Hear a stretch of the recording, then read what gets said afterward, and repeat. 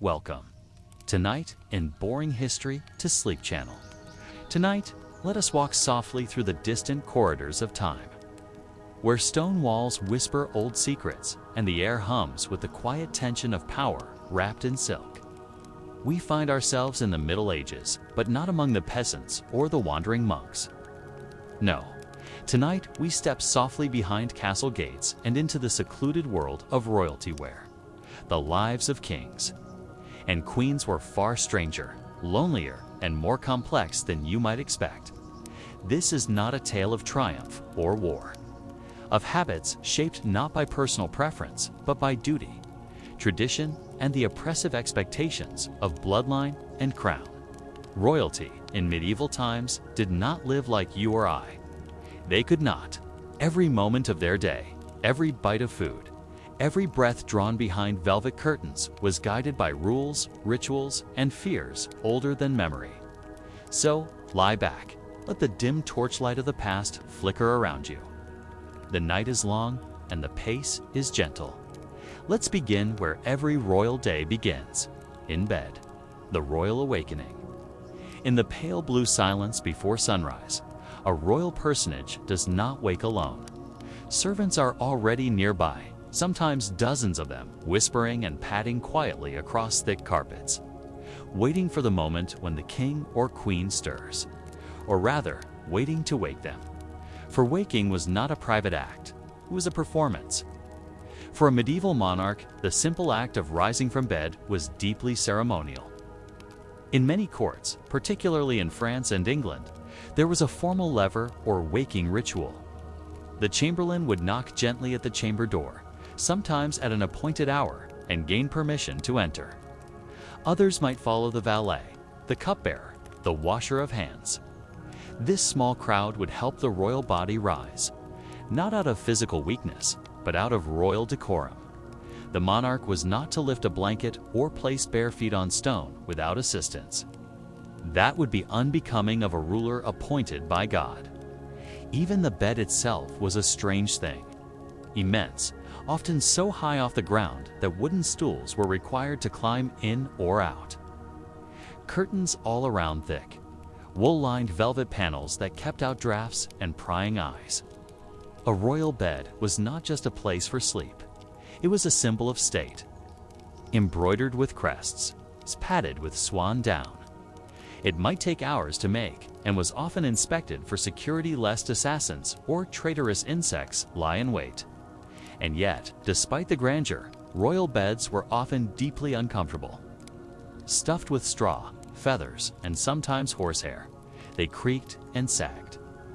The warmth came not from fireplaces. Most castles were bitterly cold, but from layers of wool, fur, and sometimes the body heat of others.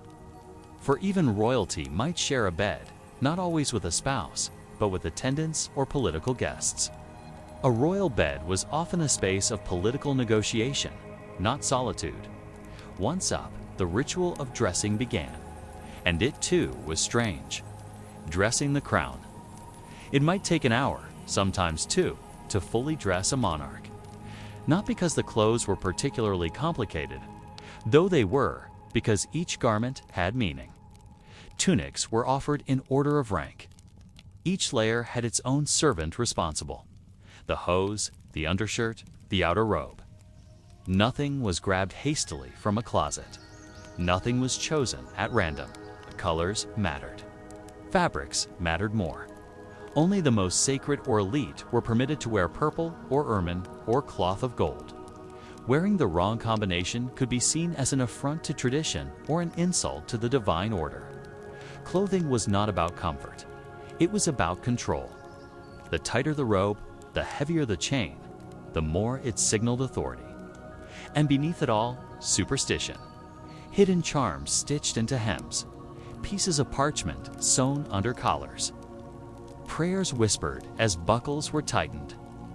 Even the most powerful king feared unseen forces, demons, curses, bad omens. And the garments he wore each day were a fragile defense against all of them. But a king does not dress alone. Eyes are always watching.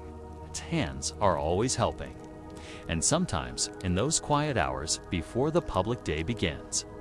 A monarch might sit still and allow himself or herself a sigh. For once the dressing is done, the performance begins. The throne room waits. The throne and the silence. You might imagine a throne as a place of power where a king commands armies and issues bold declarations. But most of the time, the throne was a prison. A monarch might sit there for hours, unmoving, not out of laziness or leisure, but because the ritual demanded it.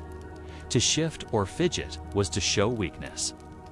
To cough or look tired might inspire rumors of illness. And so they sat in hard chairs adorned with gold and lions and velvet butt, chairs that offered no rest. In court, everyone watched the king, but he was not allowed to watch them back, not freely.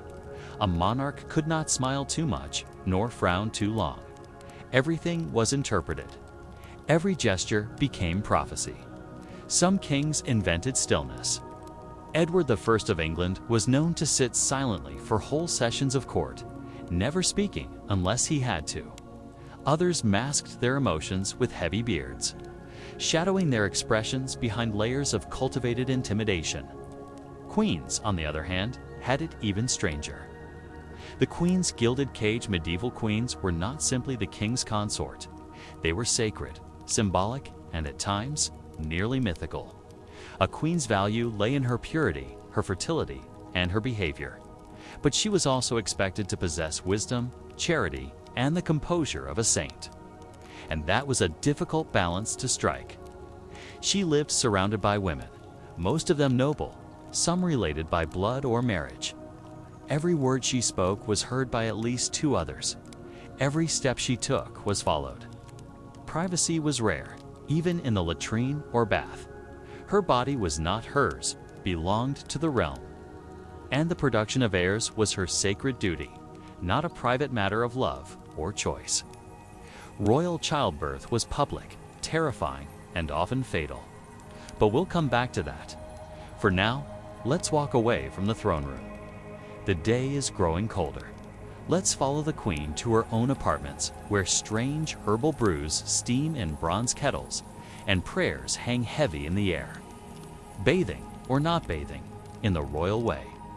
The Queen's chambers may have been scented with lavender, rosewater, or dried herbs. And yet behind those comforting smells often lingered a quiet unease, a hesitancy, a contradiction. For in medieval courts, hygiene was a complicated, confusing thing. Royalty had access to scented soaps, imported oils, marble tubs, and steaming waters. But they often feared what those things represented. Water, particularly warm water, was thought by many to open the pores and allow illness to enter the body.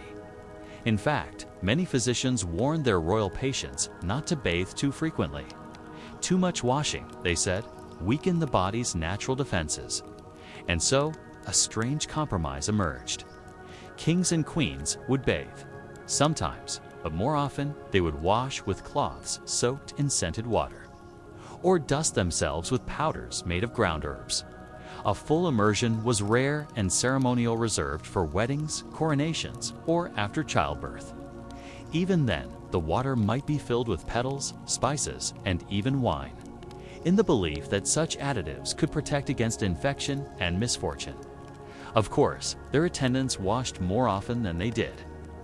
It was common for servants to help with what were called dry baths, rubbing the royal skin with linen and powders, massaging oils into the scalp, perfuming the body. It was not about cleansing, but about presentation. A king must smell powerful. A queen must smell untouched. Even their clothes, layered, stiff, embroidered, were rarely cleaned. Linen undergarments might be changed often, but outer robes and fur-lined mantles could go months, even years, without washing. They were beaten, brushed, or aired out in the cold morning air. Some queens had entire wardrobes of garments that were never laundered, only replaced. And when they did bathe, it was an ordeal. Heavy wooden tubs were brought in, sometimes lined with linen, filled with water heated in the kitchens and carried in by dozens of servants. Screens were placed, though never enough to allow full solitude. An attendant would test the water. Another would keep the queen's hair dry. Candles flickered. And always someone prayed. For the bath was not just a luxury. It was a risk, the fear of food. If there was anything more feared than bathing, it was eating. To be royal in the medieval world was to dine in abundance, but also in constant fear. The court's kitchens were marvels of organization, filled with bakers, butchers, spice handlers, and stewards. Meals were lavish, layered, and endless. Boiled swan with saffron, pies filled with songbirds, stews thickened with almond milk and scented with rose. And yet, nearly every bite was shadowed by paranoia. Poison. It haunted every hall, every goblet. A monarch might dine with dozens of guests, but never without a taster, someone whose sole job was to sample each dish and survive. A few moments longer than the king, if they lived, the monarch might eat. If they died, well, it was too late anyway. Some kings kept multiple tasters, rotating them daily to prevent bribery. Queens often relied on their most trusted handmaidens or their confessor priests. Cups were covered. Wine was poured only after long rituals. Sometimes the wine was blessed. Sometimes silver coins were dropped in the goblet to test for toxins. No method was truly reliable. And still, food was a stage. A king was expected to dine publicly, sometimes on raised platforms, observed by the court like a holy ritual. Dishes were paraded in with fanfare. Servants in liveries bore silver platters. Guests might be fed in rank, those closest to the king receiving hotter food, finer meat, sweeter wine. Yet the monarch, often he ate little, not from self-denial, but because eating was dangerous, and worse, overeating was considered sinful, prideful, a sign of moral weakness. So many kings and queens left the table half full and went to bed. Uneasy, the bedchamber and the burdens of the royal body. You might imagine a royal bedroom as a haven of soft linens, warm fires, and tender affection. But in truth, it was often anything but. The royal bed was political. Marriages were not matters of love, but contract treaties signed in flesh. When a king lay beside his queen, it was not simply for comfort, but for duty. Eyes might be watching chambermaids, priests, even lords to witness consummation. This was common after royal weddings, where privacy was sacrificed to ensure legitimacy. The marriage must be seen to be real. The bed must be honored. After that first night, they might never sleep together again. Royal couples often kept separate rooms, sometimes separate wings. The queen's chambers were run by noblewomen and governed by court etiquette. The kings were filled with guards, secretaries, and the quiet hum of statecraft. And yet, the pressure to produce an heir was constant. Each month brought tension. Whispers. Was the queen with child? Was the king virile? Was the line secure? The failure to conceive was not just a personal sorrow, was a political crisis. Queens were blamed first. Their diets were adjusted, their prayers increased. Midwives were summoned, herbalists, sometimes exorcists. And when a child was finally conceived, the royal bedchamber transformed again. The labors of birth and the quiet of grief childbirth for a queen was perhaps the most dangerous duty of all. She would be led to a specially prepared room, shuttered, darkened, and sealed. This was called the lying-in chamber, and only women were permitted inside. No men, no sunlight, no noise. The queen was expected to rest there for weeks, sometimes months. The chamber was filled with prayers, relics, candles, and charms. Some whispered psalms. Others hummed lullabies in languages long forgotten. When labor began, it was announced in hushed tones. Physicians stood ready, though midwives led the process. The pain was seen not as natural, but divine punishment, Eve's curse passed down through generations. And yet, the queen must not cry out too loudly. She must be brave, saintly. Many queens died in childbirth. Even more children died within days, and still no grief could be fully shown. A monarch must appear above sorrow. The body of a dead infant might be whisked away before the queen could even see it. And if the child lived, it would be taken to nurses and wet nurses and noble guardians. The queen would see her baby only through the hands of others, because her next duty was already waiting. Loneliness in the lap of luxury royalty was not freedom. It was not pleasure. It was not joy. It was loneliness wrapped in velvet. Kings could not laugh freely. Queens could not weep in public. Every relationship was watched. Every friendship judged. And most dangerous of all, love. A royal falling in love with a courtier, a servant, or a knight could spell scandal. Affairs were common, yes, but they were secrets carried with trembling hearts. The punishment for unapproved affection could be exile, imprisonment, or even execution. Queens who looked too kindly upon a man might be accused of treason. Kings who favored a friend too much might be whispered about, especially if that friend was male. Even pets were suspect. Some monarchs grew deeply attached to their animals: greyhounds, falcons, cats. But sometimes, even these small comforts were politicized. A king too fond of his hunting dog might draw ridicule. A queen's lapdog might be poisoned out of jealousy. And so, many monarchs turned to fools. The royal fool, jester, shadow, confessor in the strange hierarchy of court. Only one person could speak freely to the king. The fool, clad in motley, crowned with bells. The court jester was both entertainment and escape. He could mock, he could jest. He could say what others could not. But make no mistake, he was not safe. Many fools were beaten. Some were executed. But others became the only true companions a monarch ever had. They whispered in the king's ear when others dared not. They made the queen smile when grief sat heavy on her shoulders. They were allowed in places others were barred from, where chaos given form. And sometimes they were the only ones who told the truth. Nighttime fears and royal sleep when the torches were dimmed and the doors barred from the inside. The day's formalities may have ended, but the worries of royalty only began. Sleep was a strange and fragile thing in medieval courts. It came slowly, cautiously, and never without layers of protection. For most monarchs, the act of sleeping was bound by ritual. Before retiring, prayers were said.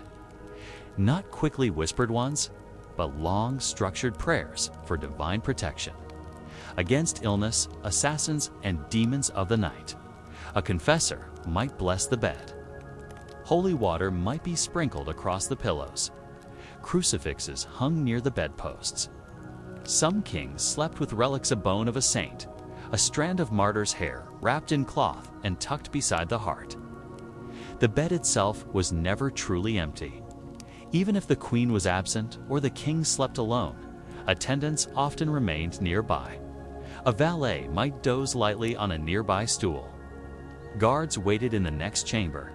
A dog might sleep across the threshold. Still, monarchs feared what could not be seen. Nightmares were more than dreams. They were omens. A king waking in terror might summon his astrologer before dawn. A queen disturbed by visions might fast the next morning or commission a chapel to appease whatever spirit had visited her in sleep. Some royals were so disturbed by bad dreams that they refused to sleep in the same room twice in a row rotating chambers, or sleeping in hunting lodges far from the main palace. Others, like Charles VI of France, succumbed fully to nighttime madness, fearing his own reflection, refusing to bathe, or believing he was made of glass. To sleep was to risk the soul. And so they lay quietly, watching the shadows move on the ceiling, listening to the wind play tricks with the castle's long corridors. Royal illness and the theater of medicine should a monarch wake coughing, fevered, or sweating, the quiet would be broken instantly. A sick king was not merely a man in pain, he was a nation in crisis. Courtiers panicked. Physicians were summoned. Messengers galloped across the realm, and the king shivering beneath embroidered sheets became the center of a drama that might determine the fate of a kingdom. But medicine in the medieval period was deeply strange. The royal physicians followed ancient texts. Galen, Hippocrates, Avicenna focused on humors: blood, phlegm, yellow bile, and black bile. A sickness was not an infection, but an imbalance. The cure? Realignment through bleeding, purging, forced vomiting, or enemas. A coughing king might be bled behind the ear. A feverish queen might be fed syrup made from violets, pearls, or ground beetles. Some doctors burned dried toads and held them near the nose. Others recommended sleeping with a split pigeon on the chest, or placing slices of onion in the royal socks, and herbs. So many herbs: mandrake, henbane, sage, wormwood. Meadow sweet, some calmed the mind, others dulled pain, but many were poisonous in the wrong doses. And because dosage was guesswork, the line between cure and catastrophe was often thin. Still, the monarch endured it all with a stiff upper lip.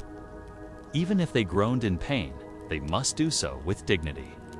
Even if they feared death, they must pretend otherwise, because to be seen as weak was to invite danger. Crowns, relics, and heavy symbols when the monarch was healthy. The weight of rulership was still no less burdensome, especially when worn on the head. Crowns were not worn casually.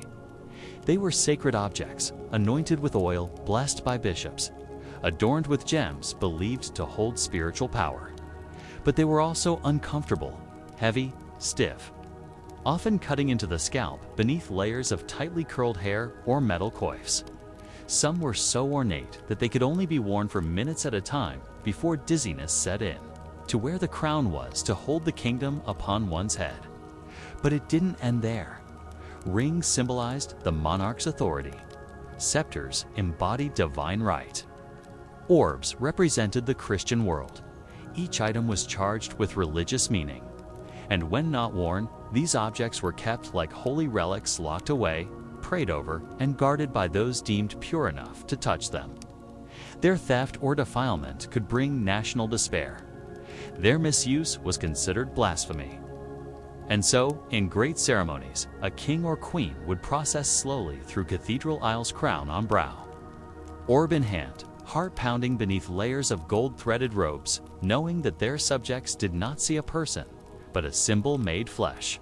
Superstitions, seasons, and signs from the sky. Medieval royalty did not trust the calendar alone. The passing of time was marked by omens. A two-headed calf born near the castle was not a curiosity, it was a warning. A comet streaking across the sky signaled war. A dream of bleeding roses might foretell betrayal. A sudden storm during a coronation could mean divine disapproval. And so, kings kept astrologers close. These men learned in stars and Latin were summoned before every major event. Should the king ride to battle tomorrow? Should the queen conceive this month? Should the prince be sent abroad? The stars would decide, but superstition went further still. Queens timed their fasting to coincide with lunar phases. Kings carried talismans carved with runes. Children born on certain feast days were thought to be cursed or blessed. Some monarchs refused to speak on specific days of the week. Others banned certain colors from court. And when seasons changed, rituals followed. Spring brought purifications, rooms fumigated, cloaks aired, beds beaten. Summer invited more processions, walking the fields, blessing the harvests. Autumn brought funerals and financial audits. And winter brought fear. The cold was not just unpleasant, it was deadly. Castles became icy tombs. Fires smoked rather than warmed. Water froze in basins. Sickness crept through drafty halls. And when the wind howled against the windows, some queens whispered to the Virgin for protection, while kings fingered their sword hilts in their sleep. Royal death and the theater of mourning. When at last a monarch passed from life, the ritual of royal death began. and it was one of the strangest, most elaborate spectacles in the entire realm. A king who died quietly in bed might be wrapped in linen and sprinkled with spices before the breath had fully cooled. The body was then embalmed, a painful process in those days, involving evisceration, salting, and sometimes boiling. Not out of cruelty, but necessity, the corpse must survive the weeks-long funeral. For the king or queen was not buried quickly. First came the display. The body, dressed in regalia, was placed in an open coffin within the great hall. Tapers burned. Nobles knelt in shifts. A priest stood by night and day. At some funerals, an effigy, a wax figure of the deceased, was carried through the streets, mounted on a horse, surrounded by sobbing courtiers and draped in black cloth. And the mourning was codified. Queens wore weeds black garments made of heavy wool or linen. Princes shaved their heads. Nobles fasted. Some courts forbade laughter, music, even bright colors for an entire year. Meals were simple. Courtship was banned. Even the dogs were said to howl less. But beneath this formality lay fear. For who would take the throne? What schemes would arise? Was the heir ready? Would the kingdom fracture? The death of a monarch was not the end of a life. It was the beginning of uncertainty. Legacy. The shadow that remains, and even when buried, the monarch did not fully leave. Tombs were built like fortresses. Stone effigies carved with praying hands and guarded by lions or angels. Some were buried with swords, others with books or jewels or bones of saints. Some tombs were disturbed decades later, dug up in revolutions, or moved to make way for new kings.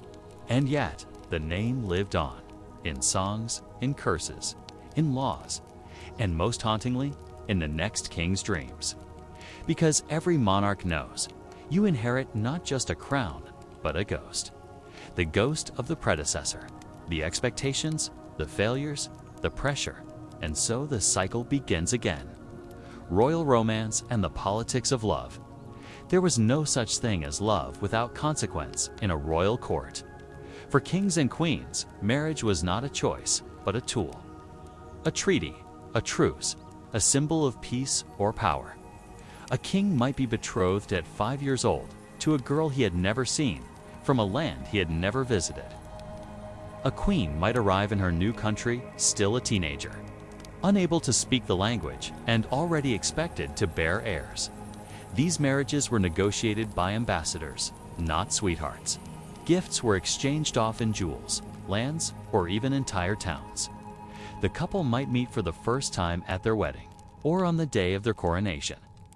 Some never truly met at all, sleeping in separate beds, speaking through translators, and carrying the weight of dynasties on shoulders far too young. But behind the cold parchment of royal treaties beat human hearts. And where duty reigned, longing often bloomed in secret. Courtiers fell for queens. Ladies-in-waiting pined for princes. Pages and squires exchanged glances across halls hung with banners.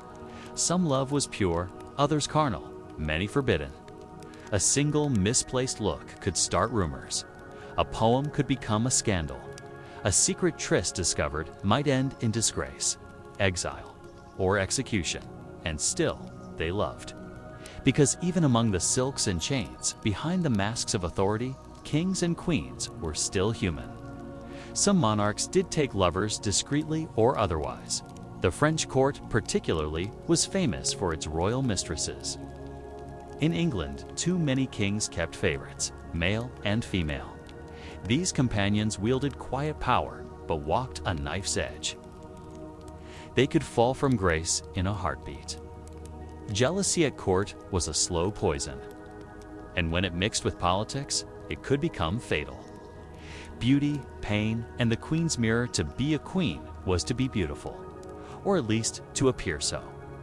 But medieval standards of beauty were strange. Sometimes cruel, and queens were judged not only by their looks, but by how well they symbolized perfection. Pale skin, untouched by the sun, signified nobility. It showed you didn't work in the fields. To achieve it, queens and noble women applied white powders made of ground pearls, chalk, or even lead. It poisoned the blood slowly. They didn't know. They called it radiance. Hair was prized when long, golden, and fine. But few had it naturally. So wigs were used, or herbs were applied to lighten color. In some cases, entire foreheads were plucked to achieve the smooth, high brow that was so admired. Eyelashes too, even eyebrows. Painful, yes, but expected. Rouge was applied from crushed berries or powdered insects. Perfume came from distilled flowers or animal musk. Teeth were scrubbed with cloths dipped in salt or vinegar. Breath was masked with clove-studded oranges. None of this was for comfort. Queens were expected to look divine, saintly, eternal. But inside, many suffered. Skin irritated, hair thinned, and the pressure to remain young to stay desirable to the king, to the people, to the political alliances never ceased. A single wrinkle could spark rumors of illness. A shadow beneath the eye might be seen as an omen. And so each morning began with a mirror, and each evening ended with a prayer for beauty to hold just one more day. Secret letters, hidden alliances, and smiling lies, the court was filled with whispers. To be royal was to live inside a web of favors, debts, secrets, and alliances. Not all of them spoken aloud. Letters flowed constantly, between monarchs, nobles, bishops, and even mistresses. They were penned in secret languages, hidden in folded fans, baked into loaves of bread, or sewn into seams of robes. Some were written in lemon juice, revealed only by heat. Others used codes known only to two. And often, the queen's smile meant nothing. She might be smiling at the woman who poisoned her friend. The king might toast the lord who secretly plots his downfall.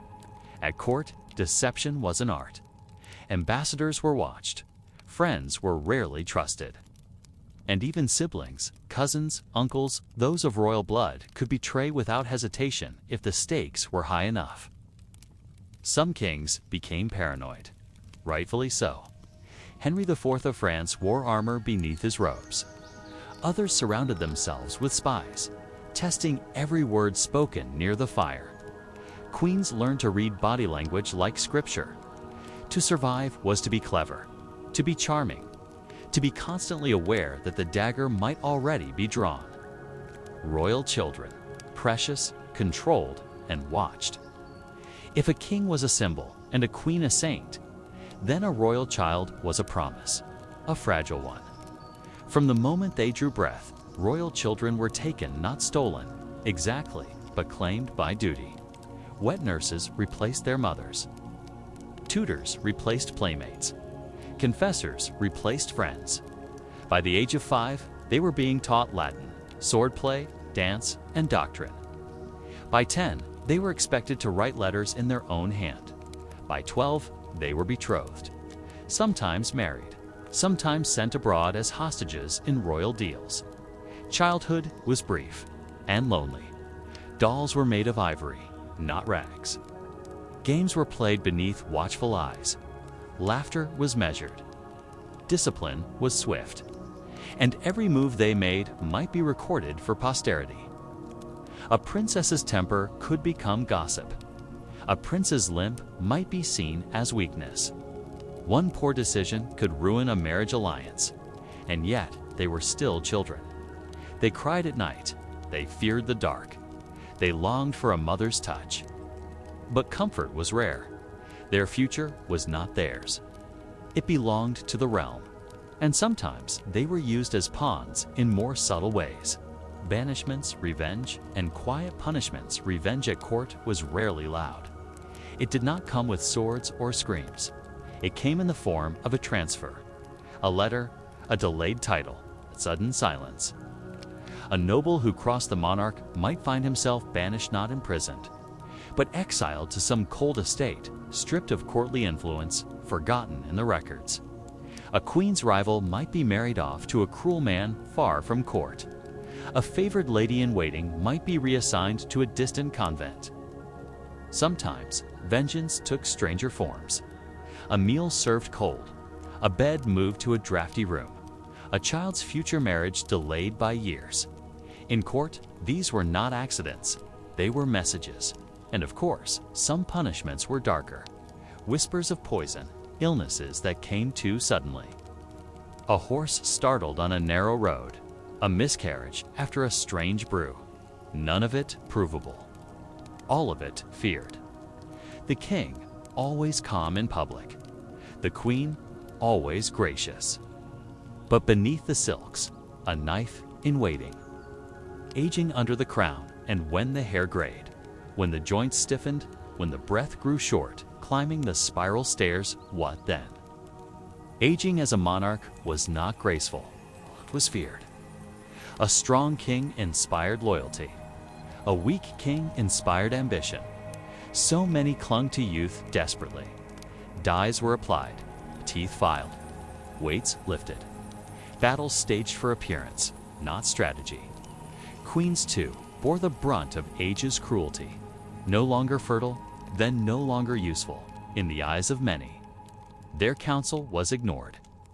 Their presence diminished. Some turned to piety-donning veils, retreating to prayer. Others tried to maintain control, arranging marriages, manipulating court, even from the shadows.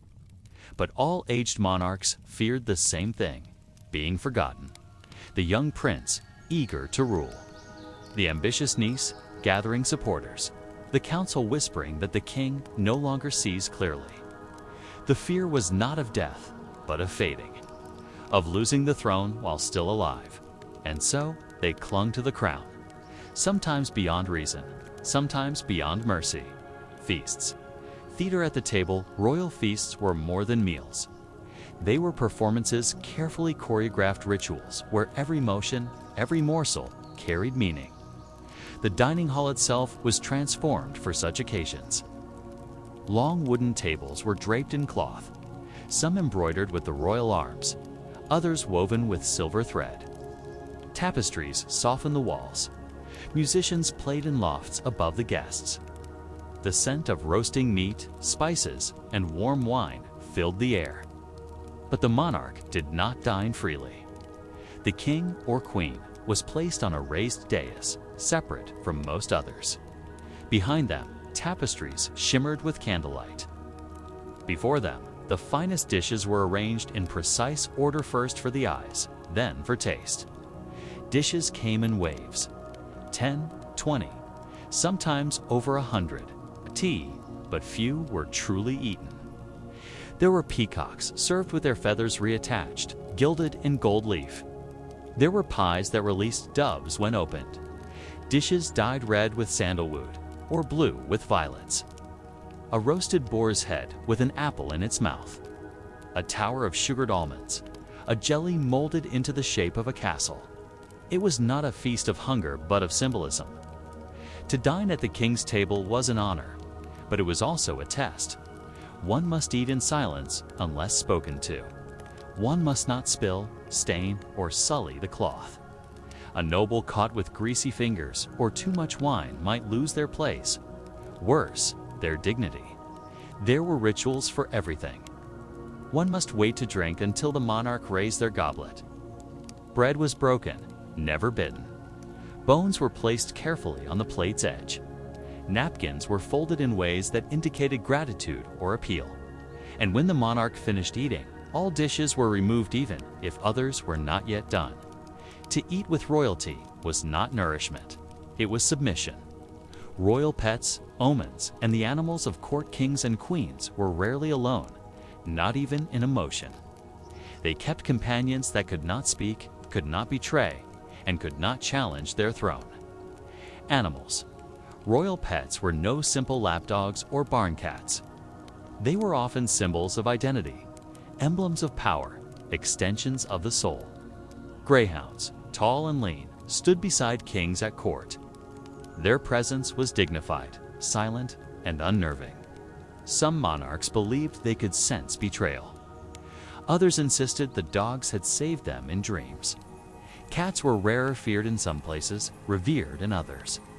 Queens in Eastern Europe kept cats adorned with ribbons, believed to absorb negative energy. In the West, however, cats were often considered demonic, especially black ones. A queen seen stroking a black cat might be whispered about for years. Birds were more common.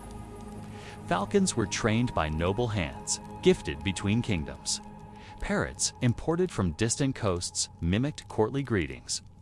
Doves lived in towers constructed solely for them, symbols of peace, yet raised in captivity. Some kings kept bears, lions, monkeys, and these animals were not only pets, they were tools of image. To be seen with an exotic beast suggested dominion over the far reaches of the world. To own a lion was to embody courage. To control a falcon, the power of sight and attack. But there were omens too. A fox in the castle courtyard could mean treason. A raven on the windowsill might mean death. A deer seen from the battlements before battle was thought to mean either divine favor or a martyr's death. And when these creatures died, they were mourned.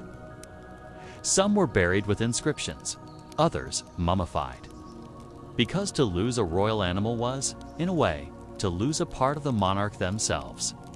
The madness within, visions, prophets, and the fragile mind, royal blood did not shield against madness. In fact, it may have invited it. To be a monarch was to be overwhelmed by duty, fear, isolation, and expectation, and sometimes by things that no one else could see.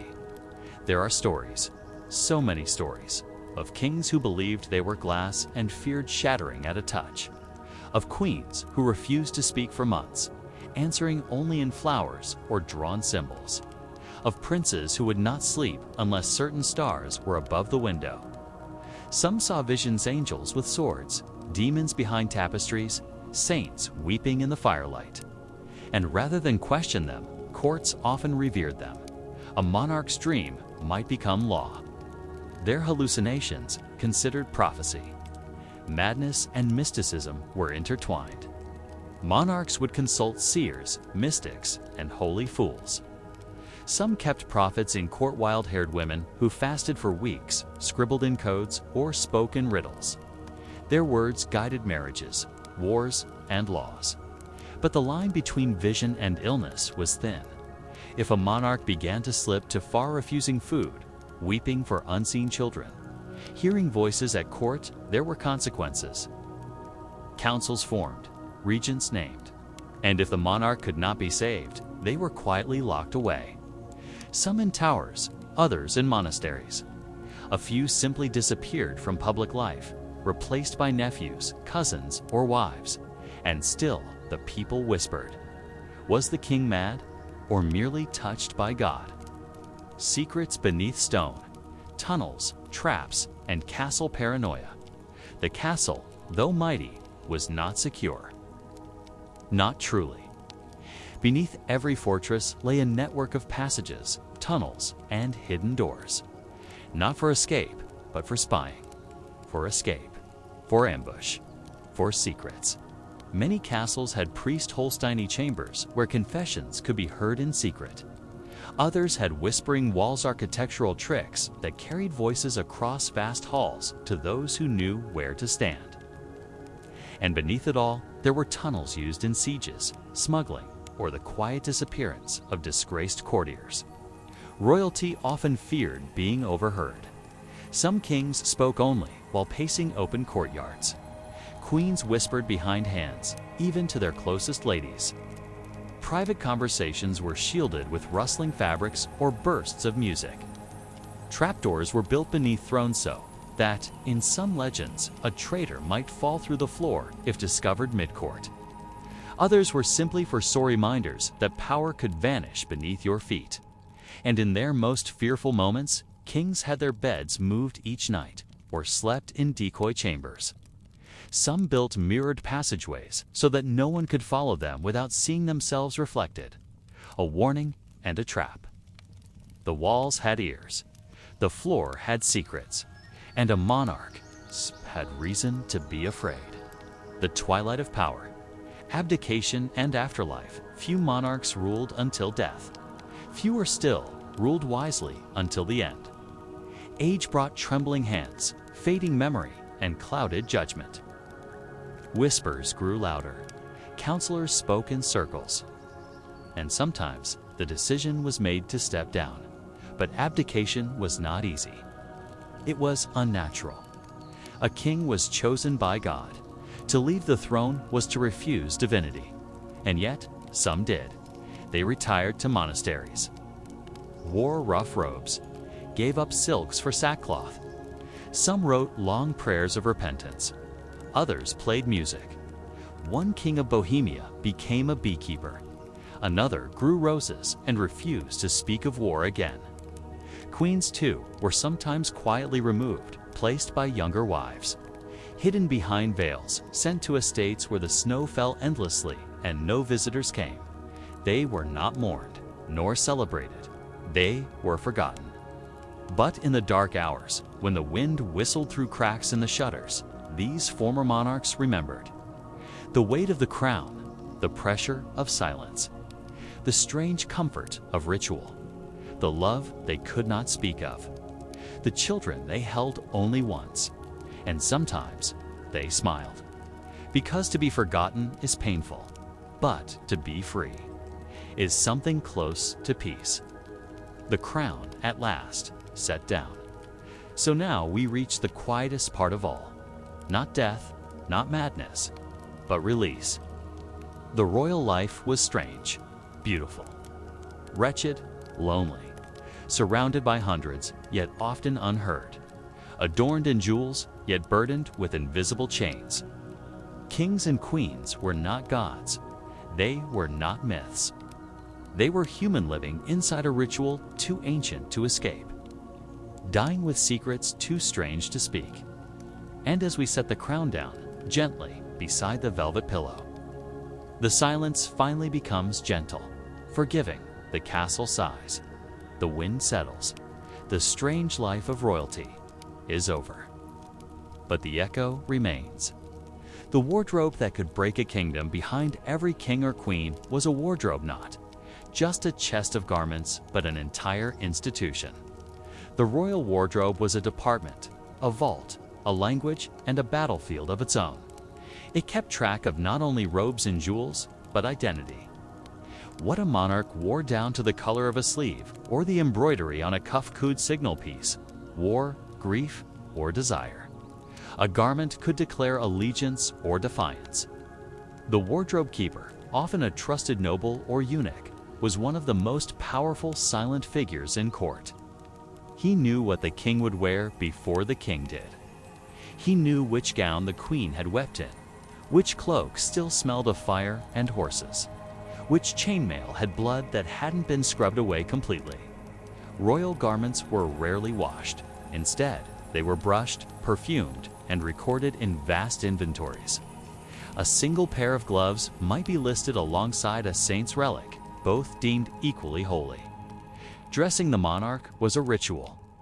It took time, it required silence. It was often witnessed, and sometimes it became political. If the king appeared in black velvet during peace talks, was it mourning or insult?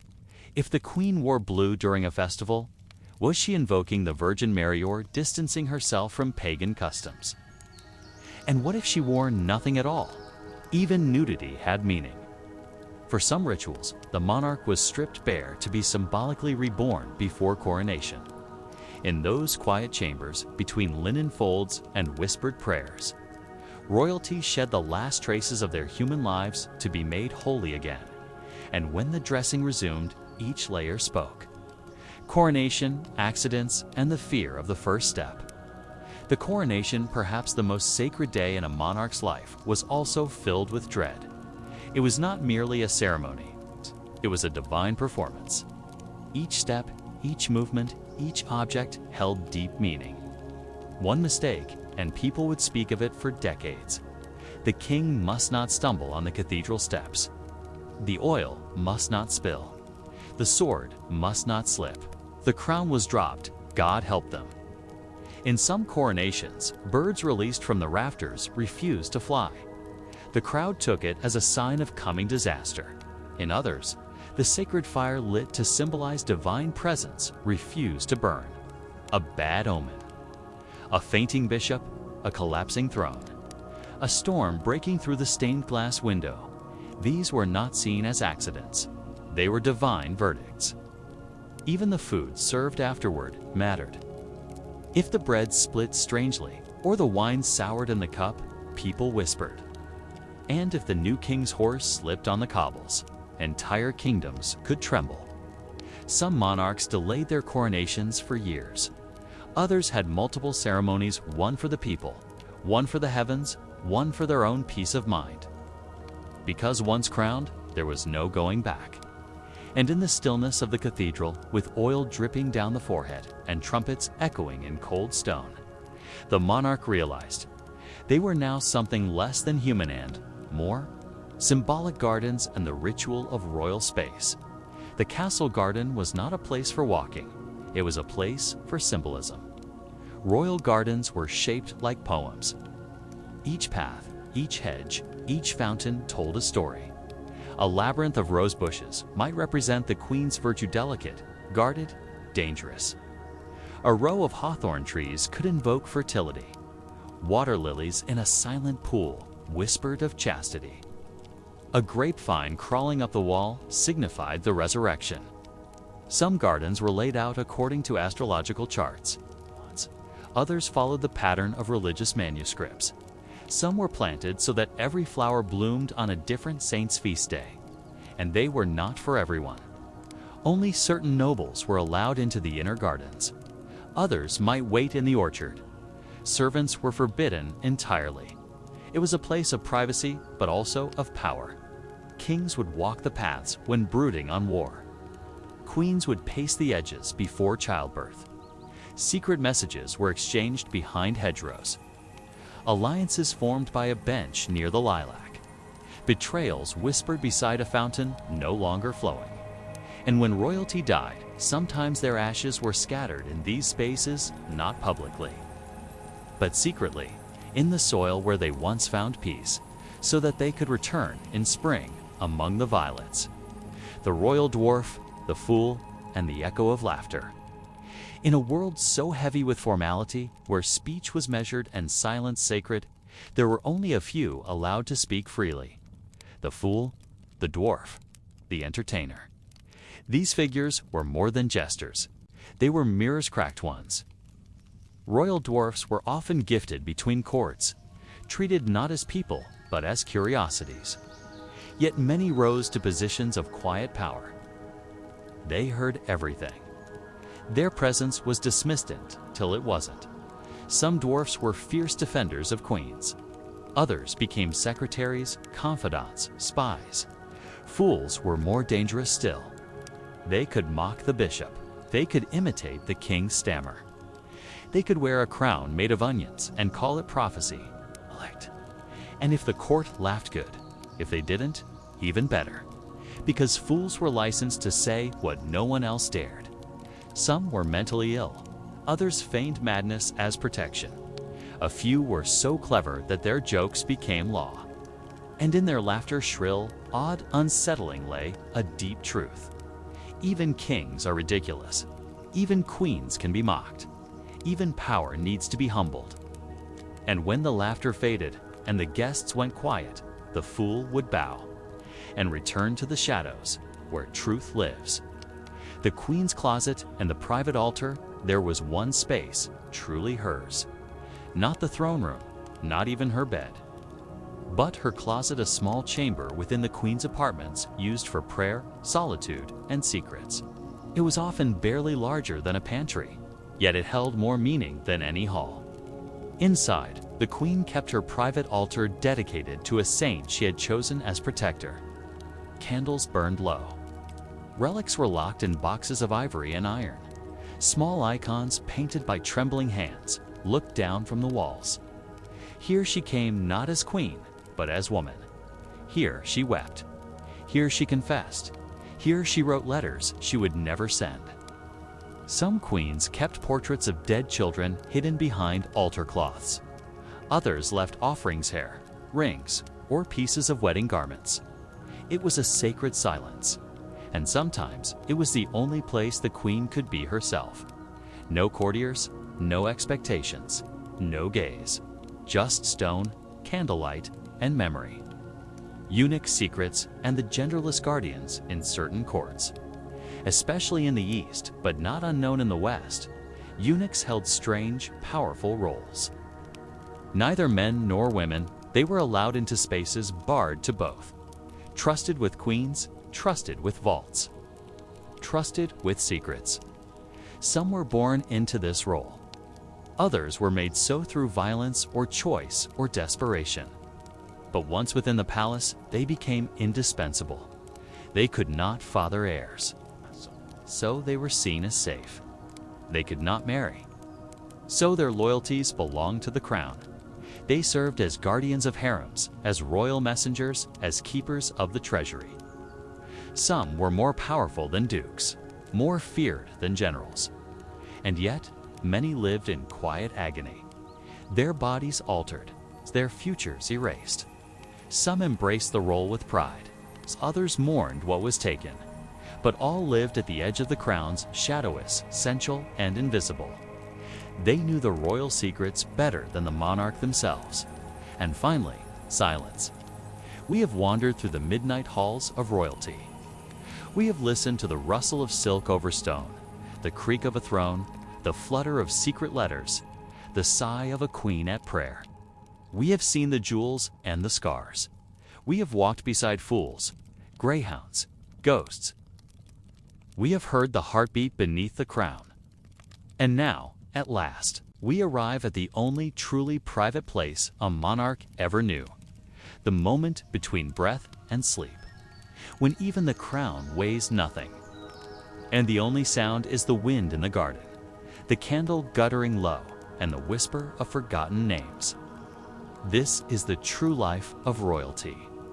Strange, sacred, lonely, and finally, quiet.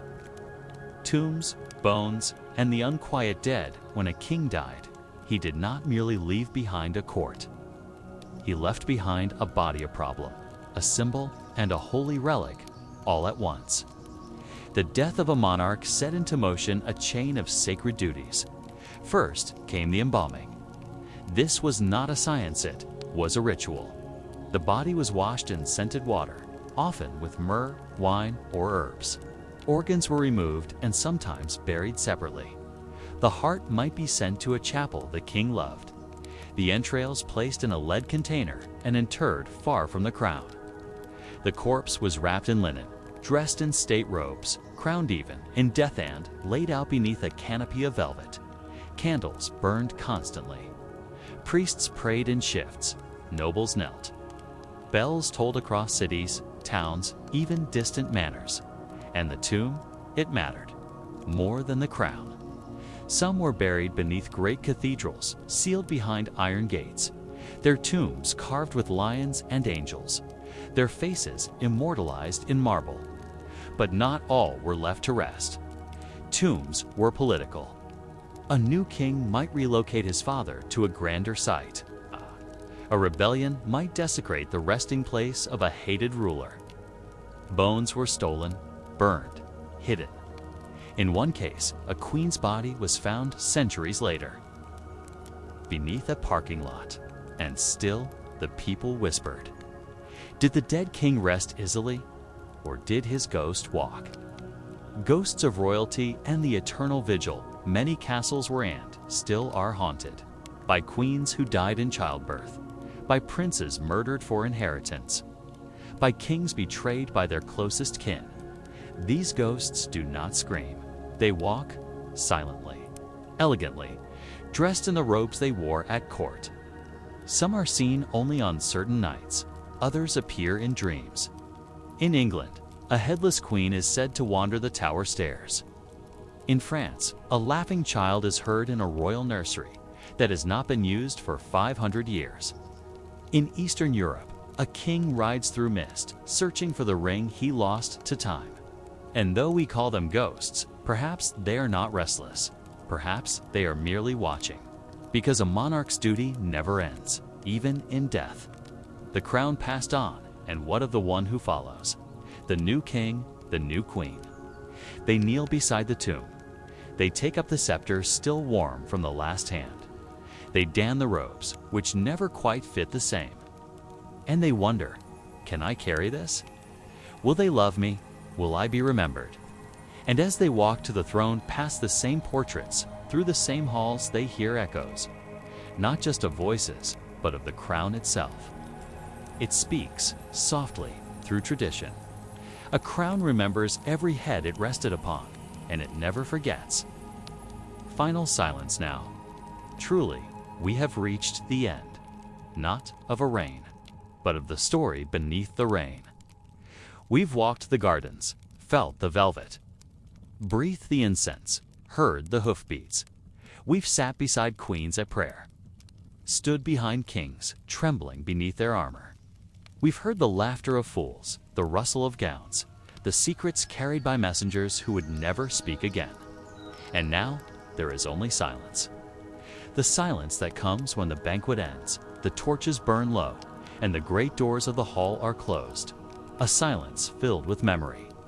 The WEIRD life of royalty in medieval times was not golden or simple.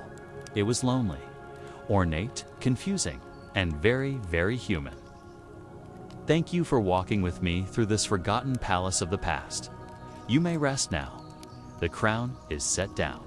The hall is empty. The story is told. Good night.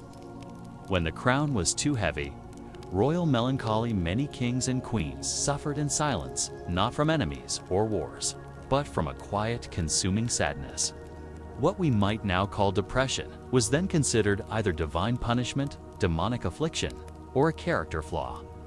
But it was there, in the queen who stared out the window long past midnight, unmoving, in the king who stopped speaking for days at a time, in the heir who refused to eat, in the princess who could not smile.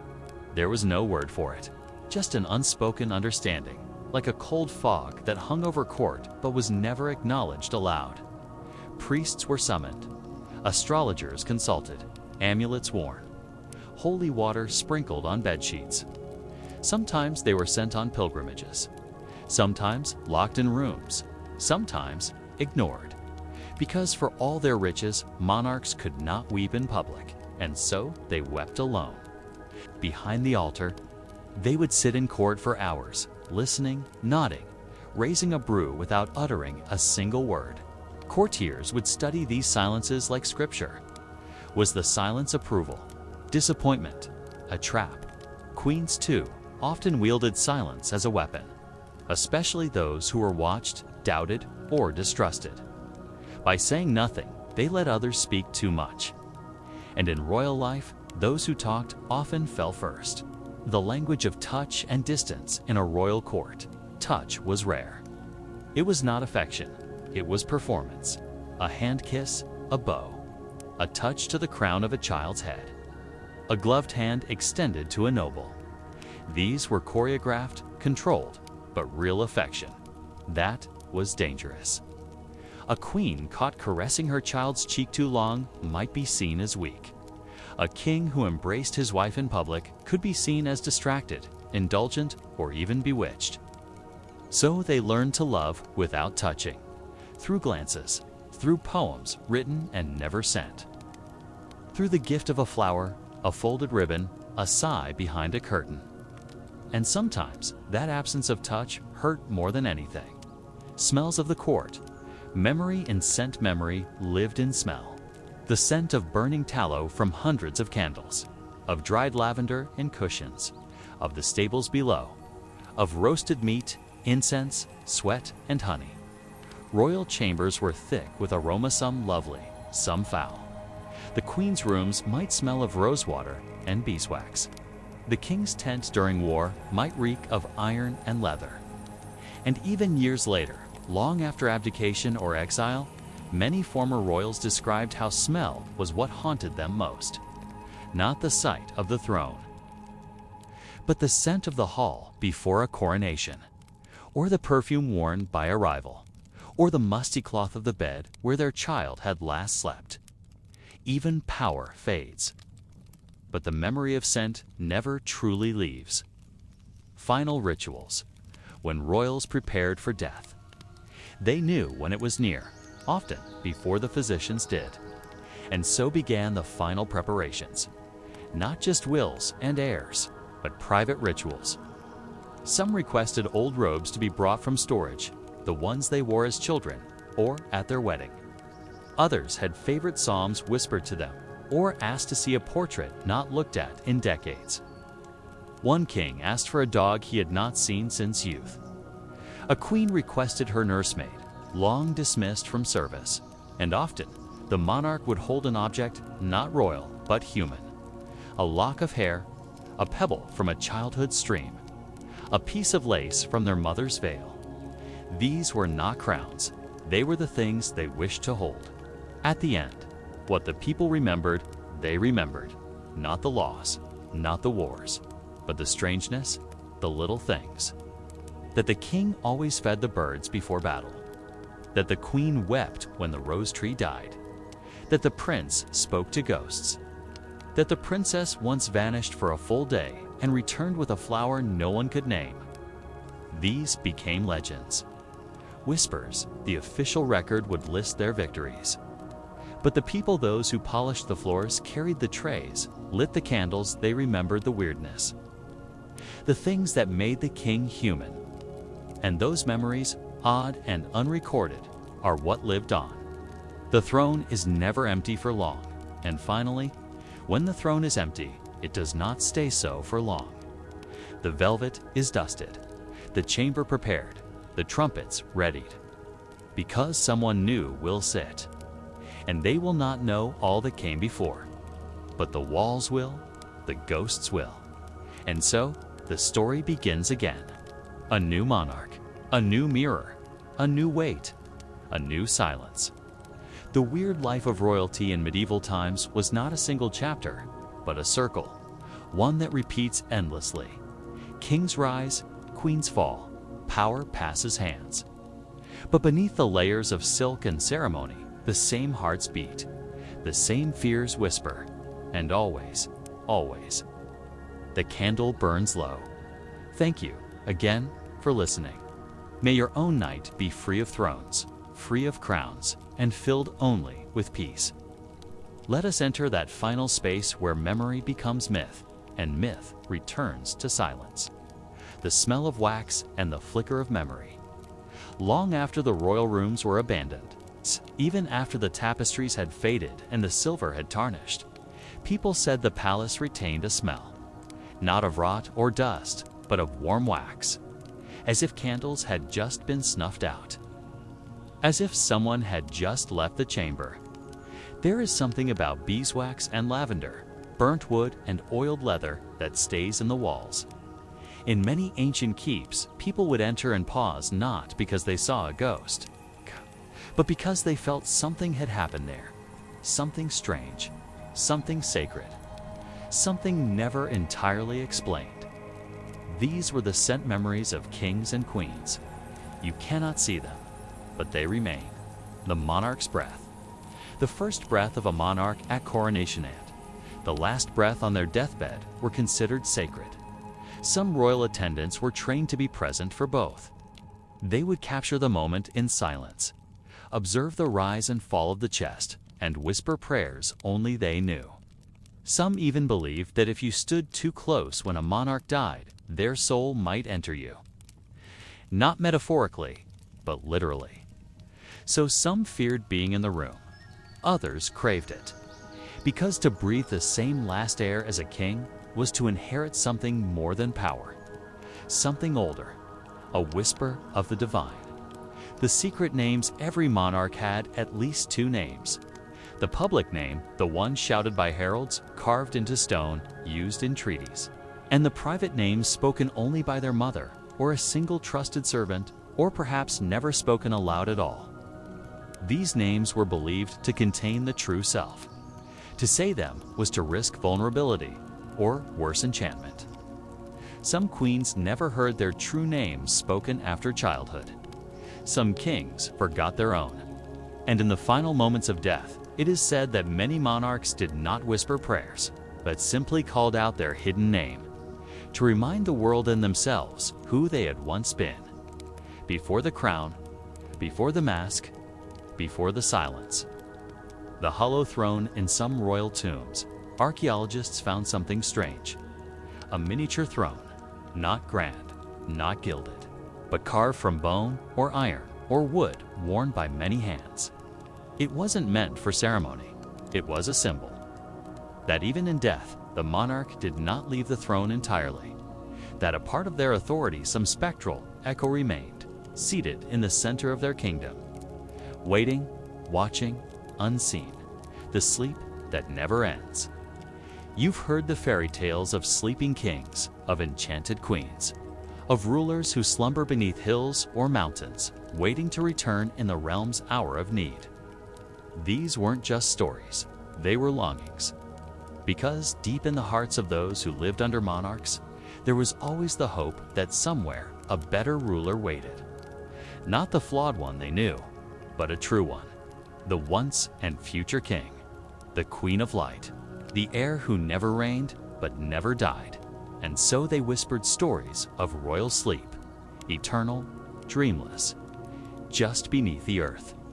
And when the wind blew through the trees, they said it was not wind, but breath, still rising, still falling.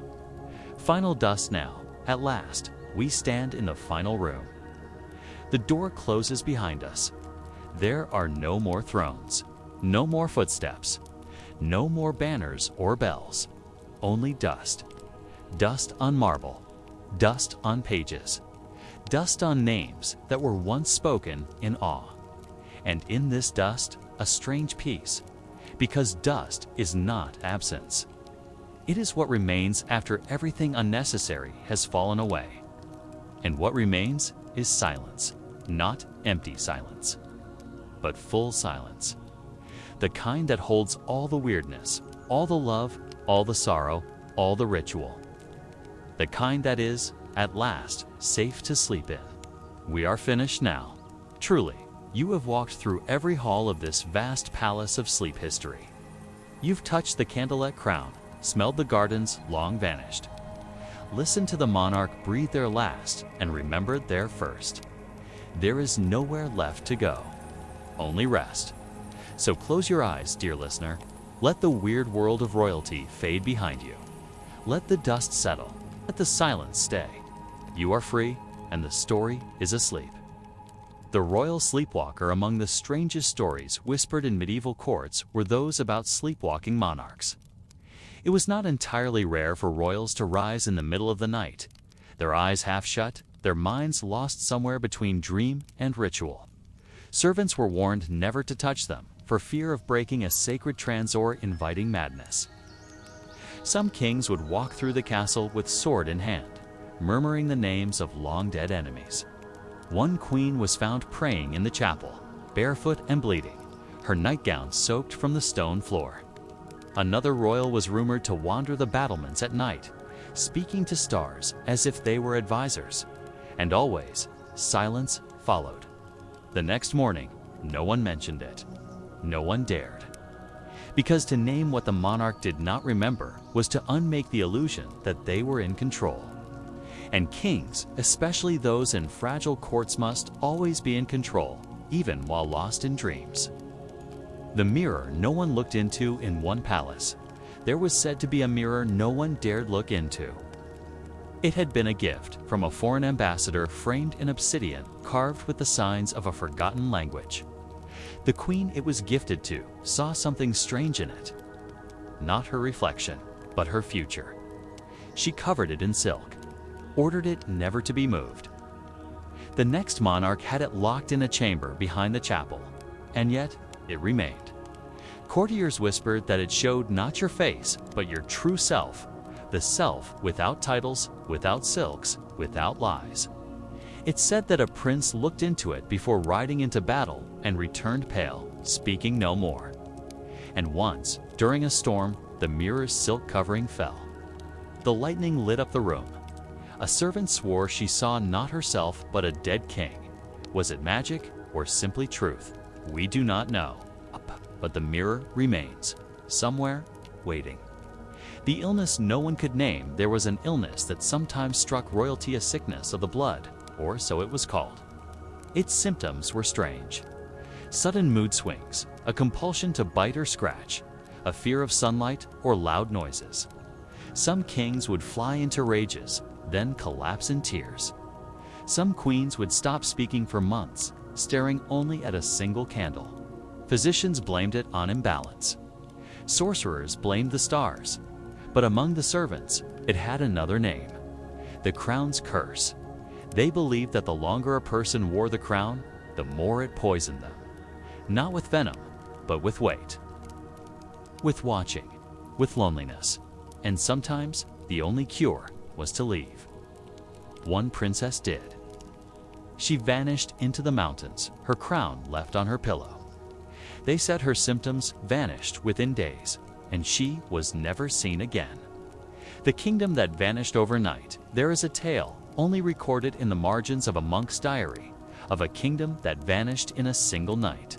No battles, no storms, no fire, just silence.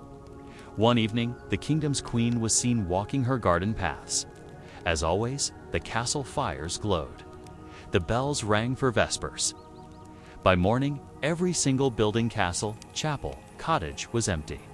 No blood, no signs of struggle. The food was still warm. Only the queen's crown remained, set on a mossy stone beside the garden pool. Some say the kingdom was cursed for pride. Others say it was a bargain traded for peace in some other world. But in the centuries since, travelers who passed that forested place still report dreams of music, of velvet, of dance. As if the court still lives, just elsewhere. Still feasting, still reigning, still waiting to be remembered. The queen who spoke to the moon one. Queen was known across the kingdoms not for her diplomacy or her wealth, but for her rituals under the moonlight. Every full moon, she would climb to the highest tower, alone. No guards, no torches. And she would whisper her decisions about war, marriage, trade into the sky. People called her mad, but her reign was long. Her lands were peaceful. Her people adored her. And on her tomb, centuries later, the inscription reads, "She ruled by moonlight." She spoke what stars already knew. Even now, on full moons, women from nearby villages gather in silence at her resting place. They bring offerings of silver flowers and milk. No words are spoken, only quiet, and the whisper of wind through trees, like a voice returning. The dinners no one attended in some courts, monarchs held ghost banquets. Long tables were laid out, silver polished, bread broken, wine poured. But no one sat. These were rituals of grief for lost heirs, fallen knights, exiled queens. A monarch would walk the hall alone, raise a goblet to the air, and toast the names no longer spoken aloud. Sometimes the wind would stir the curtains. Sometimes the candles would flicker. And sometimes a place setting would go cold before the others. A sign, a reply. The cloak that changed color. There was a royal cloak said to change with the monarch's mood. Woven with threads so fine, so rare, and so old that no tailor could replicate them, the cloak shimmered gold in joy, turned storm gray in anger, and blackened in despair.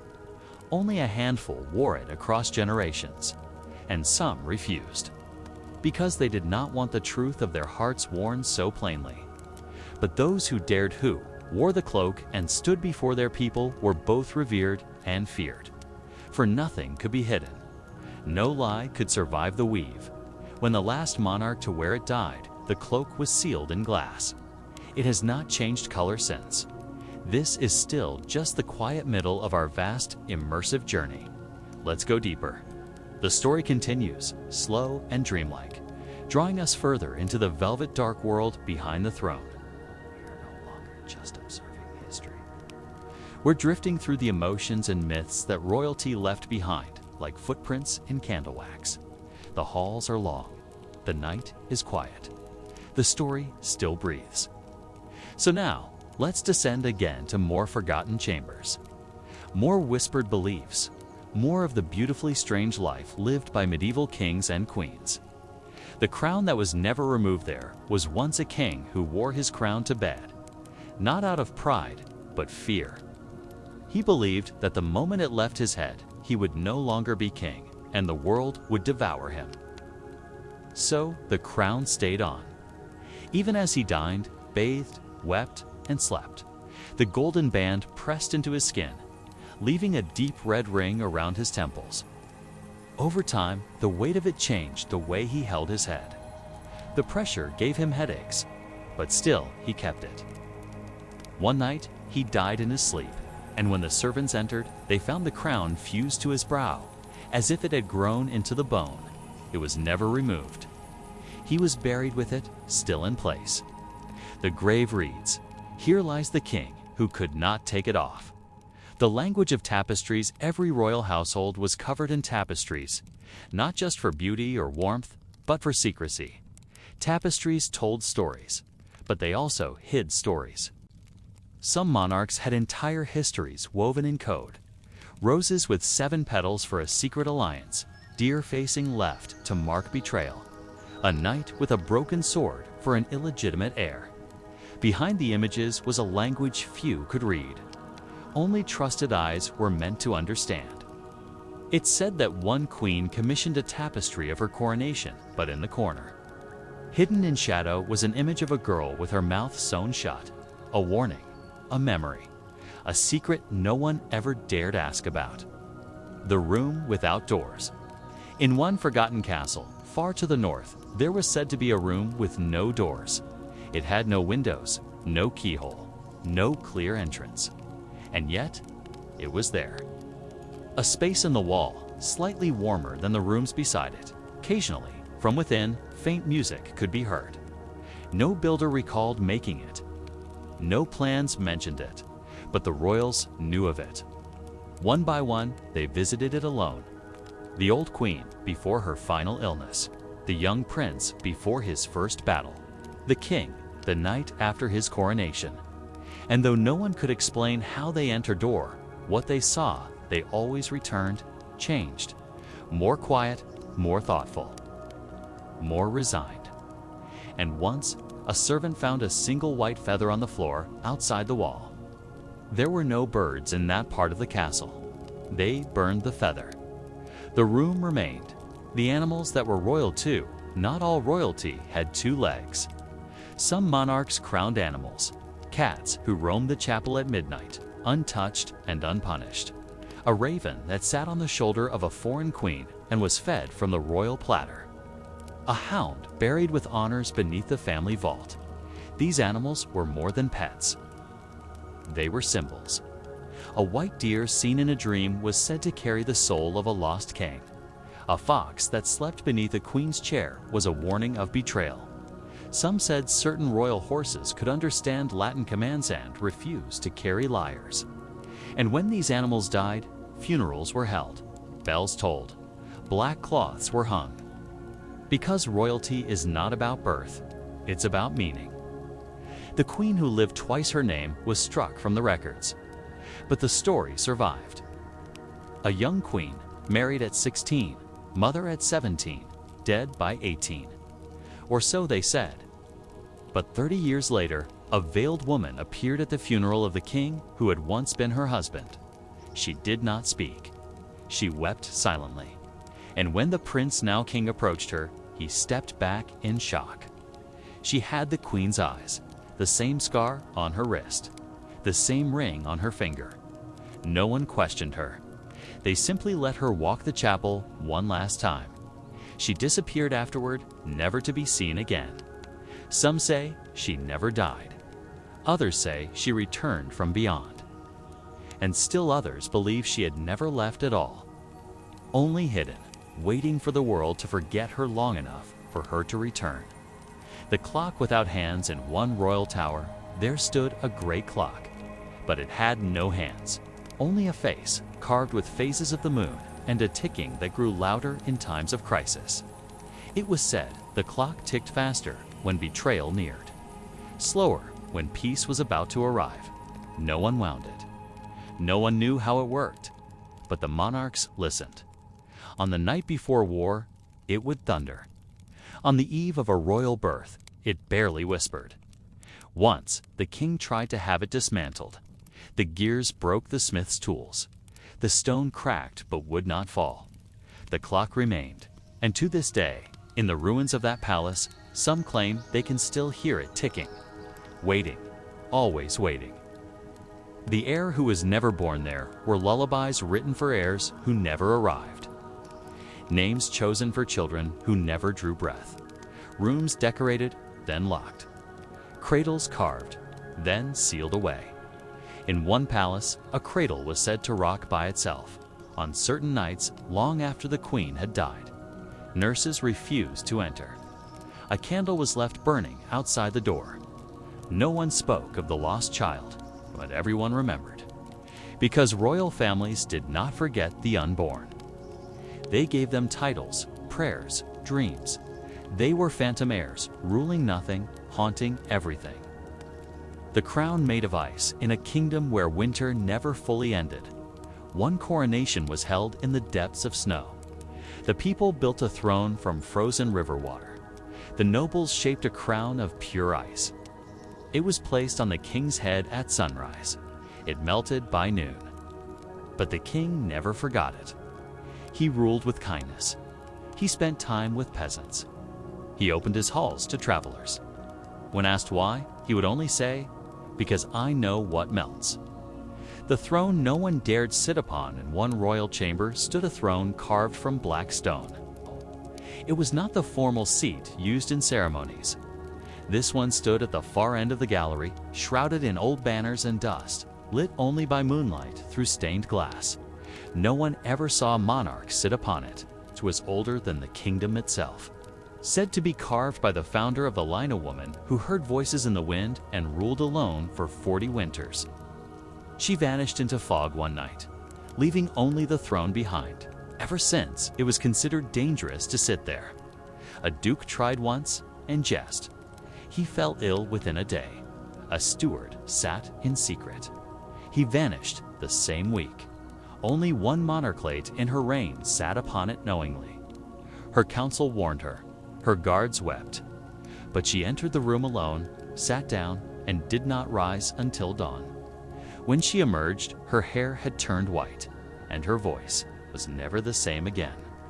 The Princess of Mirrors, she was born during an eclipse, they said, and from her earliest days, mirrors feared her. Glass would fog when she passed. Reflections would blur or ripple. Servants avoided her, nobles whispered, but the queen, her mother, adored her.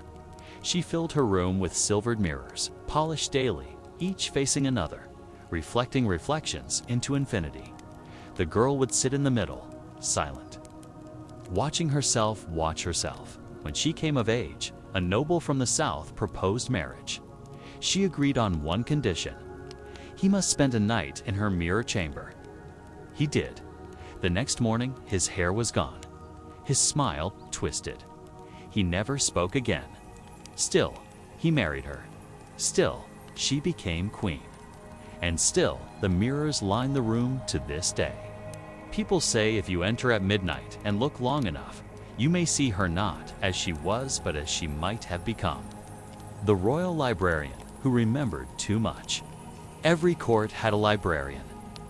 But one was said to have been born with a perfect memory, able to recall any scroll, any whisper, any secret past in confidence. He began as a boy sweeping the floors of the scriptorium. By 16, he could recite all the kingdom's laws by heart. By 20, every family's history. He remembered everything. He became more than a librarian. He was a living archive. But memory is not a crown, it is a burden. He could not sleep. He whispered forgotten names in his sleep. He wept when he passed certain tapestries, remembering the people who had once laughed beneath them. Eventually, the king who had once trusted him grew afraid. The librarian was dismissed quietly. The scrolls he touched were burned. But the man remained in the forest, building his own library from memory. And when he died, his cottage was found empty except for thousands of pages written by hand. No ink, only tears. The bells that rang without hands. There was a chapel in the royal garden long abandoned. Covered in ivy, with no priest and no altar. Yet still, at twilight, the bells rang. No ropes, no servants, no wind, just sound. Always the same tune, soft, 5 notes, distant. Some believed it was the spirit of a lost queen whose heart had been buried in that garden. Others believed it was the call of a kingdom that no longer existed. The bells would stop the moment you approached, and if you waited long enough, you would hear footsteps soft, rustling, as if someone had just stepped behind you. But when you turned, no one. Just ivy and silence. The monarch who wore mourning always, she came to power after a fire that consumed half the city.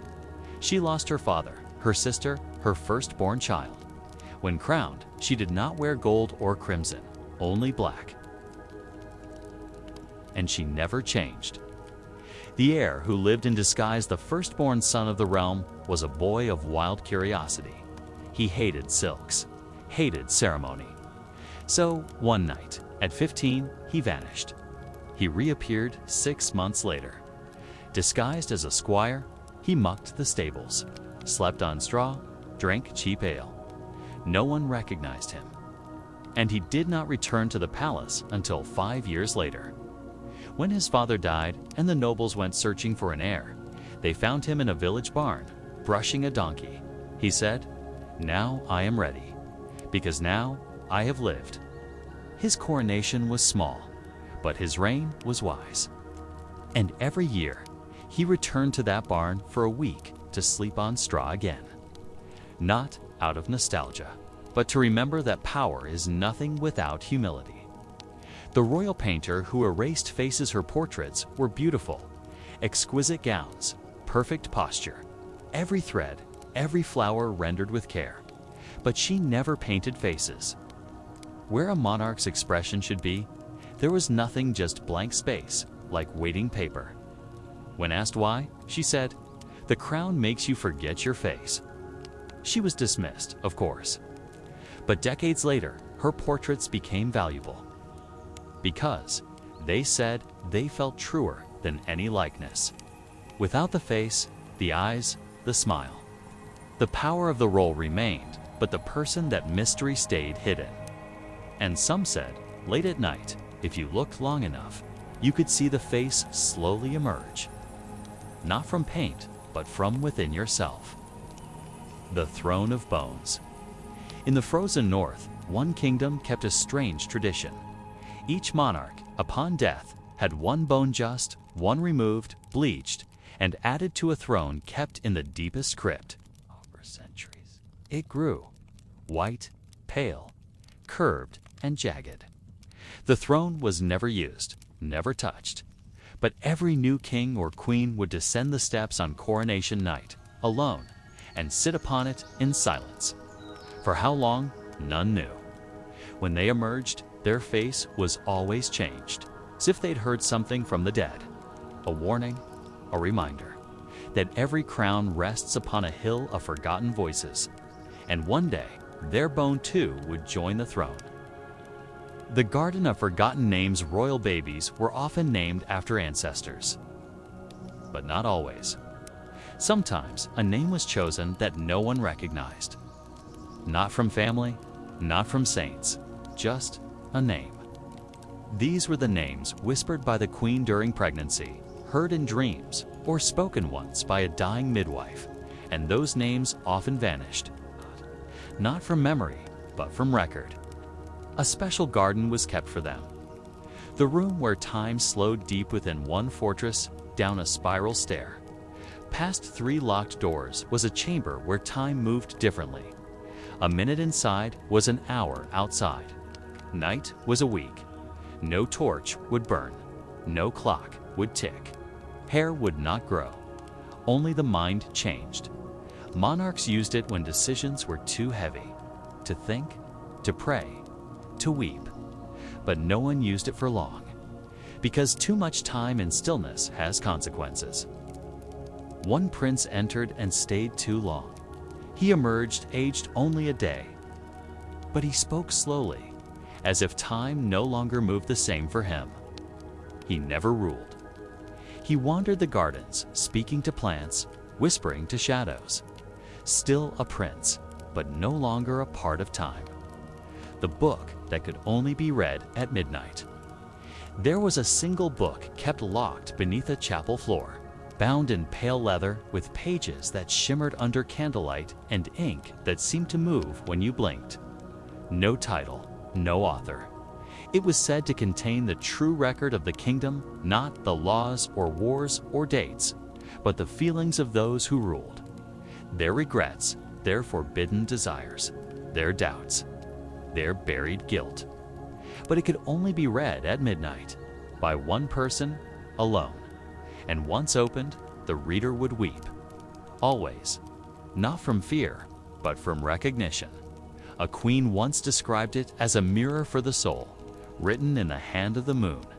After reading, monarchs often ruled differently, softer, slower, as if they had seen themselves not as rulers, but as people.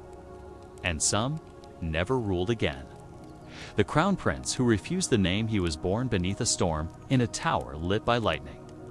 Heir to a war-weary realm, a boy of solemn eyes and long silences. But when he came of age, he refused his title, not out of rebellion, but reverence. He said, "A name is a burden when it is spoken for me, not by me." He traveled the countryside in secret, learning his people's songs. Sleeping in barns, tending fires. He lived as no prince should, and when the king died, the nobles demanded he return. He did, but only on one condition, that he be crowned with no name, just a blank banner and silence. They mocked him. But he ruled with clarity. For 23 years, laws were fair, wars were rare, winters were warm. And when he died, no coin bore his name. Only a single symbol. The empress, who wrote letters to the dead every full moon. She locked herself in her study and wrote letters to her father, to her son, lost in infancy, to her childhood friend who had drowned, to ancestors she never met. Each letter began the same, "I hope you are warm," and ended with, "I am trying." She sealed them with her crest. Then she burned them in a silver brazier. Not for magic, not for drama, but because she believed the smoke would carry her truth where no messenger could go. Over the years, her letters changed. Early ones were filled with sorrow. Later ones, acceptance. And the last, single line, "I forgive you." She died days later. The brazier was cold, tea, but the air still smelled of ink. The crown that sang it was not forged by men. It was found half buried in a cave in the eastern hills, covered in moss and lichen, humming faintly with a sound no one could name. A circle of twisted gold and green stone, featherlight and warm to the touch. When placed on the brow of a monarch, it sang, soft, wordless, like wind through reeds or distant whale song. Only the wearer could hear it, and only when their heart was true. If worn with cruelty or deceit, it fell silent. One king placed it on his head and wept. One queen wore it only once, never again. Eventually, they locked it away. Because truth sung softly into your bones is not always a comfort. The garden that grew in the snow. Behind the winter palace was a courtyard where flowers bloomed in snow. No gardener claimed responsibility. No seed was planted. And yet, every year, as the first frost bit the windows, a small patch of color would push through the white. Bluebells, white roses, tiny golden stars no one could name. The queen who ruled there took it as a sign. She believed the garden held the souls of her unborn children, never born, never named, never forgotten. She spent hours kneeling in the cold, whispering lullabies to the petals. When she died, the snow did not fall that year, and the flowers spread to every window. The chamber where no one slept twice, it was known as the seventh room. Fine bed, soft light, golden ceiling. And yet, no one king-queen guest, servantiver slept there more than once. The dreams were too strange. Some saw themselves as children again, locked outside the gates. Others saw their own coronation, but the faces in the crowd were wrong. One noble woke with frost on her fingertips. Another woke and would not speak for a week, only staring at the moon. Eventually, the chamber was sealed, not out of fear, but reverence, because some dreams are messages, and others are doors. The monarch who listened to stones he was mocked in court, called the King of Pebbles, because he spent hours walking the palace walls, pressing his ear to the stone. But he claimed he heard voices, not whispers, not madness. Memories, he said, the stone remembered. Every footstep, every scream, every vow broken and kept. He would pause beside columns and say things like, "Here, my grandfather first doubted his crown. Here, my mother realized she was dying." Servants laughed, until one day he stood on the edge of the North Tower and said, "Here is where I will end," and he stepped off. They found no body, only a single smooth stone, still warm, humming faintly in the wind. The heir who walked backwards in one dynasty. There was a tradition. The heir must walk the length of the great, haul backwards during their naming ceremony. Most did it easily. One stumbled and was cursed with misfortune, but one heir not yet king began walking backwards as a habit. Every hallway, every staircase. Even during meals, he sat turned away from the table, eating with mirrors. When asked why, he replied, "Everyone else sees where they're going. I choose to see what we've left behind." He died young, but his reign was peaceful. His name still spoken. And at his funeral, the procession walked backwards. The entire kingdom, one final time. The throne that faced the wrong way in the Hall of Judgment, where kings sat to pass law. One throne faced away from the room, not toward the crowd, not toward the accused, but toward a blank wall. It was said the first monarch placed it there after a war too terrible to forget. She said, "To see truth, I must stop looking at performance." And so, for generations, kings and queens passed judgment without watching faces, only listening. The laws became wiser, the punishments lighter. Because, in turning away from appearances, they began to hear what was real. Eventually, a new king turned the throne back around. That reign did not end well. The throne was quietly returned to face the wall, and there it remains. The crown that was shared by two, it is rare that two people rule equally. Rarer still when they share the very symbol of power. But there was a royal couple, king and queen, who wore a single crown, not one each, one between them. It was forged in two halves, gold and silver. One curved slightly toward the moon, the other toward the sun. When joined, it formed a perfect circle. They swapped it each morning. At dawn, the queen would place it on her husband's head. At dusk, he returned it to her. They ruled in shifts, never overshadowing the other, never breaking the cycle. And when decisions were hard, they wore it together. On certain days, they sat side by side, both halves joined upon their brows. And the court fell silent, not out of fear, but awe. After they died, the crown was separated, and every monarch after wore only one half. The age of balance was over, and it has never returned. The kingdom of unfinished things. There was once a kingdom where nothing was ever completed. Cathedrals rose only to half their height. Tapestries were woven with loose threads. Laws were passed without signatures. This was not accident, it was design. The monarch believed that perfection invited ruin, that a finished thing could only decay, but an unfinished thing, that could live forever in the imagination. He wore a robe with unhemmed sleeves. He walked through halls with scaffolds that never came down. And when he died, the tomb was carved halfway, then left. A statue of him, smooth on one side, rough stone on the other. It is said that unfinished tomb still grows, ever so slightly, each year, as if time itself is trying to complete what no hand dares touch. The heir who lived in disguise, the firstborn son of the realm, was a boy of wild curiosity. He hated silks, hated ceremony. So, one night, at 15, he vanished. He reappeared 6 months later, disguised as a squire. He mucked the stables, slept on straw, drank cheap ale. No one recognized him, and he did not return to the palace until 5 years later. When his father died and the nobles went searching for an heir, they found him in a village barn, brushing a donkey. He said, "Now I am ready, because now I have lived." His coronation was small, but his reign was wise. And every year he returned to that barn for a week to sleep on straw again, not out of nostalgia, but to remember that power is nothing without humility.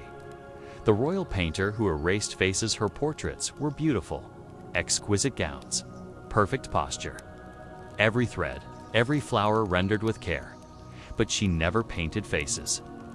Where a monarch's expression should be, there was nothing, just blank space, like waiting paper. When asked why, she said, "The crown makes you forget your face." But decades later, her portraits became valuable because they said they felt truer than any likeness. Without the face, the eyes, the smile. The power of the role remained, but the person, that mystery, stayed hidden. And some said, late at night, if you looked long enough, you could see the face slowly emerge. Not from paint, but from within yourself. The Throne of Bones. In the frozen north, one kingdom kept a strange tradition. Each monarch, upon death, had one bone just, one removed, bleached, and added to a throne kept in the deepest crypt. For centuries, it grew, white, pale, curved, and jagged. The throne was never used, never touched. But every new king or queen would descend the steps on coronation night, alone, and sit upon it in silence. For how long, none knew. When they emerged, their face was always changed, as if they'd heard something from the dead. A warning, a reminder, that every crown rests upon a hill of forgotten voices, and one day, their bone too would join the throne. The Garden of Forgotten Names. Royal babies were often named after ancestors, but not always. Sometimes a name was chosen that no one recognized. Not from family, not from saints, just a name. These were the names whispered by the queen during pregnancy, heard in dreams, or spoken once by a dying midwife, and those names often vanished. Not from memory, but from record. A special garden was kept for them. Each name planted beneath a tree. No plaques, no markers, just a quiet grove. Queens walked there when they felt uncertain. Kings wandered its paths when choices grew too heavy. The leaves whispered, and some said, if you listened, the names returned. Soft, ancient. Yours, the silent year one monarch, after a particularly bloody rebellion, declared a year of royal silence. No decrees would be spoken, only written. No court music, no feast toasts, no bell tolls. Just gestures, parchment, quiet. At first, the people were confused, then calmed. The court began to feel again. Servants moved slower. Nobles listened more. In that year, more laws were rewritten, more justice delivered, and more peace secured than in the past 2 decades. And at year's end, when the monarch finally spoke, their words were, "We forgot how loud we were." They never raised their voice again. The royal bedroom that faced the moon, every monarch for 200 years slept in the same room. Not because it was the grandest, but because it faced the moon directly. Each night, the silver light would pool across the floor, brushing the edge of the bed, climbing the walls like water. It was believed the moon kept secrets, that it whispered dreams through glass, that it carried away the grief that words could not. The bed was made of white birch. The sheets were never dyed. And upon the ceiling was a single phrase, etched in tiny, shaking letters. When I forget myself, look upward. Many monarchs reported strange dreams there, but they all agreed on one thing. They woke feeling. Lighter, the monarch who ruled with no name. She took the throne after a civil war had destroyed her line's reputation. The people hated her family. And so, on the day of her coronation, she stood before them and said, "Forget my blood, forget my name. I am ruler only if you let me be." She was crowned with no title. Her banners bore only an empty circle. She signed decrees with a simple mark, and she ruled better than any before. She walked among peasants. She listened before she spoke. And when she died, the people mourned not, a queen but a presence. To this day, no one knows what her name was, only that she ruled with nothing but grace. The royal bath that no one ever dried in one corner of the palace, half open to the sky. Half hidden behind tall marble, there stood a bath of carved stone filled by natural springs. But it was never drained, never emptied, never dried. Because it wasn't meant for washing. It was a listening bath. Monarchs would step into it, robes and all, and sit silently in the warm water, letting it rise around them, not to cleanse their body, but to quiet their thoughts. The chamber was known for its deep, natural silence, no echo, no drip, only heartbeat and breath. It was said that the water held memories, absorbed from every royal who sat there. Some claimed they could hear whispers beneath the surface words from ancestors, warnings, apologies, lullabies. The bath remains, and sometimes, late at night, it still surface ripples without cause, as if someone invisible has entered it again. The feast of empty plates once each winter. The monarch held a grand feast, but no food was served. The tables were set. Candles were lit. Music played softly. Servants moved with polished platters, all empty. The guests dined on memory. They were asked to describe what they would eat, to imagine, to speak of flavors from childhood, of dishes lost to time, of smells from hearths now cold. And as they spoke, the mood changed. Voices grew softer. Faces became wistful. It was a meal of longing. And the monarch, always seated last, would say only, "What feeds us best is what we can no longer touch." And they would raise a glass to absence. The jewels that disappeared in moonlight in the royal vault, beneath stone and lock and oath, lay a crown unlike any other. Its gems were dull by day, clouded, cracked, but under moonlight they burned bright, glowing from within, lighting the room like soft blue fire. The crown was never worn. It was too powerful or too dangerous. Some believed it amplified dreams.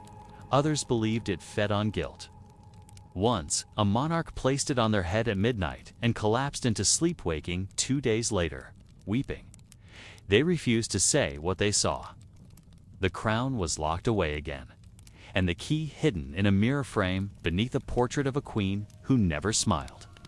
The portrait that aged in reverse.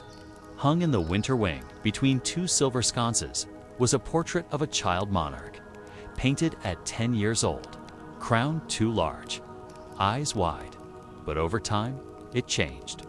Each year the features grew younger. By the monarch's 20th birthday, the portrait showed a toddler. By 30, an infant. At 40, it was just a white blur with faint golden lines. When the monarch died, the canvas was blank. Just a golden frame and empty linen. And the people said, "The crown takes you backward. Back before innocence. Back before you were seen." To royal shoes that could not stop moving in a hidden drawer in the wardrobe chamber. Beneath cedarwood and velvet wraps, there lay a pair of slippers made from woven silver thread. Beautiful, light, and cursed, because once worn, they would not stop walking.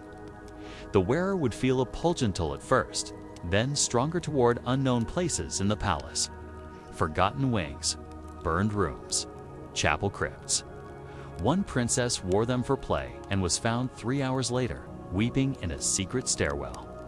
She said, "They took me where memories live. The shoes were locked away." But sometimes, at dusk, servants say they hear faint footsteps in the wardrobe, pacing softly. as if waiting for another wearer. The king who never slept, he ruled well, but he never closed his eyes. From coronation to death, he remained awake, not through potions or madness, through fear. He believed sleep would erase him, that dreams would take his mind, that one blink too long would end the kingdom. So he walked the palace every night, read aloud 2 empty chairs, lit candles in every hallway, and spoke constantly so his thoughts wouldn't wander. Eventually, his voice grew hoarse, his hands shook, but he smiled always, and his final words were, "Now I can rest." His eyes closed and the candles went out, every one, even the ones no one had lit. The secret language of royal hands, not all commands were spoken. In one royal family, every gesture meant something. A curled pinky. Prepare the carriage. 2 fingers crossed behind the back. Silence the court. A flick of the thumb. Release the birds. This language was taught only to heirs, passed from parent to child in quiet rooms with mirrors and stillness. Because words could be intercepted, overheard, but hands told truth in plain sight to those who knew how to watch. One monarch ruled for 20 years without raising their voice in public. Every order given with fingers and glance, and when they died, their hands were folded into a final message. 3 fingers, palm up, a sign of forgiveness. No one spoke at the funeral. They didn't need to. The chapel with no door at the far end of the palace grounds stood a small stone chapel. No windows, no door.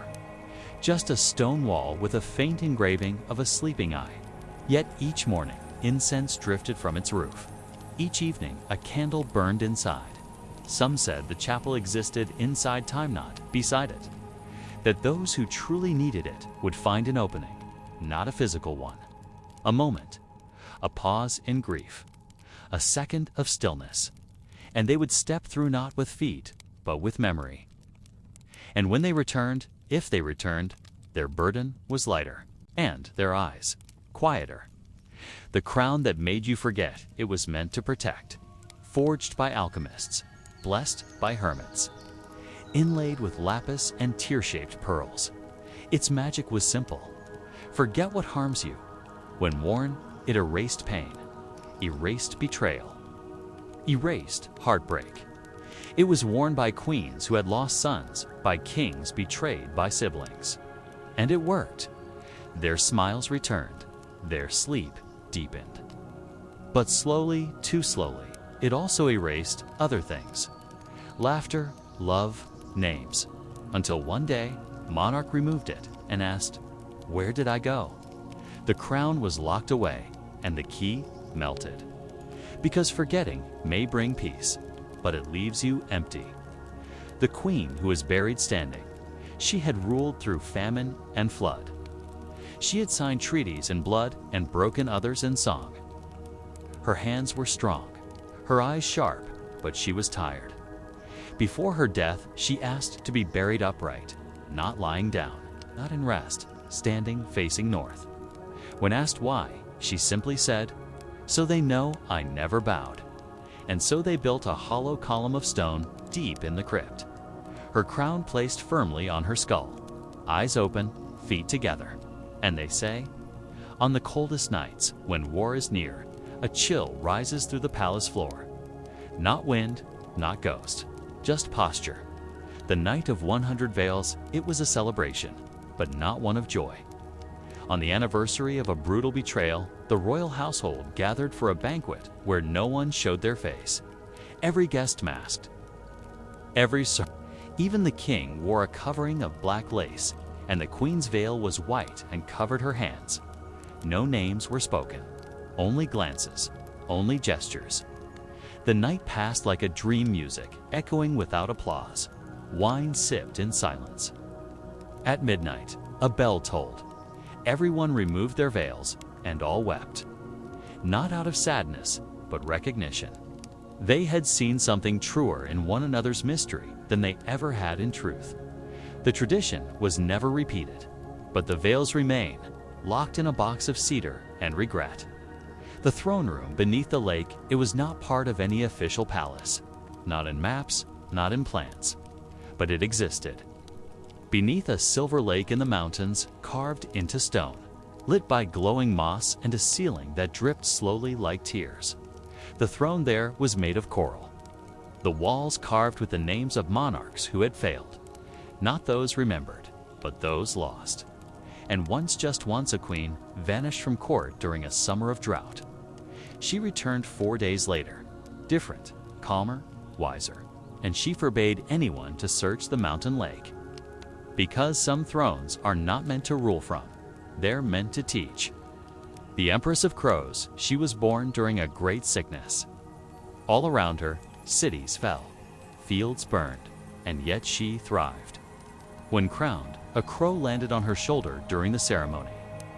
She did not flinch, she smiled. From then on, crows were allowed in the palace, fed, named.